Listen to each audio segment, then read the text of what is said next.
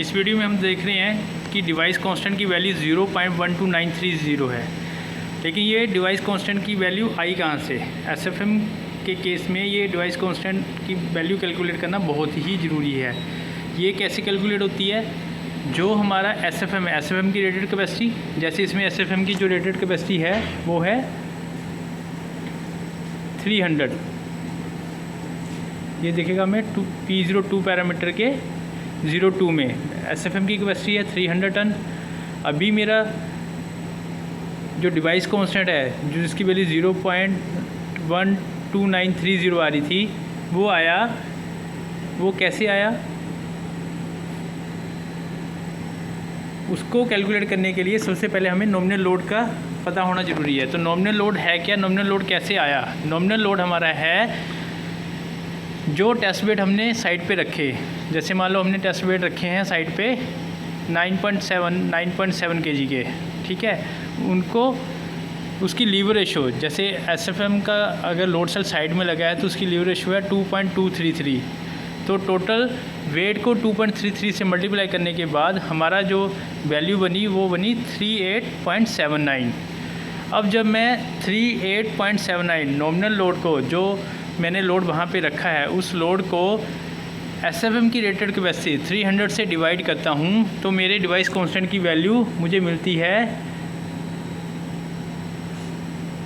0.12930, ठीक है। अगर इसको मैं वैसे कैलकुलेट करना है कि एसएफएम की कैपेसिटी क्या है, वो भी कैलकुलेट कर सकते हैं। 0.1293 को 0.12930 को अगर मैं 300 से मल्टीप्लाई करता हूँ तो मेरे को नॉमिनल लोड की वैल्यू ऑटोमेटिकली आ जाएगी, ठीक है। तो इससे मैं इसके नॉमिनल लोड की वैल्यू को चेक कर सकता हूँ कि जो मेरा डिवाइस कांस्टेंट है और उसकी मैक्सिमम कैपेसिटी है, उसके हिसाब से मेरी नॉमिनल लोड की वैल्यू बन रही है या नहीं बन रही है। अभी हम देख रहे हैं कि जैसे जैसे हमारा लोड की वैल्यू बढ़ रही है, जैसे जैसे लोड की वैल्यू बढ़ रही है तो फीड रेट की वैल्यू भी बढ़ रही है।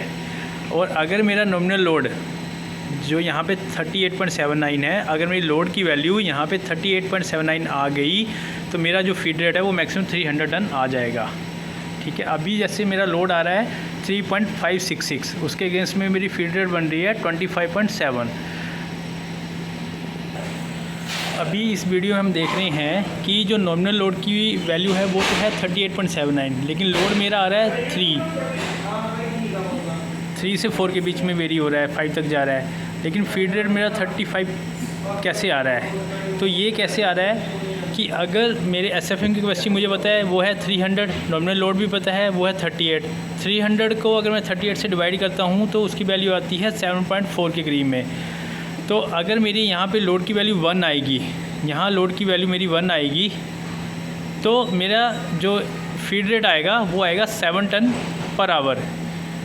और जैसे जैसे मेरी इस लोड की वैल्यू बढ़ती जाएगी, जैसे मान लीजिए 2 हो जाएगी या 3 हो जाएगी, तो इसको 7.4 से मल्टीप्लाई करूँगा तो फीड रेट भी मेरा उतना टाइम्स हाई हो जाएगा। जैसे अभी ये 3.9 है, इसको 7.4 से मल्टीप्लाई करूँगा तो उसकी इतनी वैल्यू आ जाएगी। तो इस हिसाब से उसकी जो वैल्यू है वो बढ़ रही है। मतलब इसमें फीड रेट को अगर कैलकुलेट करना है सीधा सीधा लोड के साथ में, तो सिंपल सी कैलकुलेशन है कि आप एसएफएम की जो कैपेसिटी है उसको नॉमिनल लोड के साथ में डिवाइड कर दो, तो वो आपको फीड रेट दे देगा।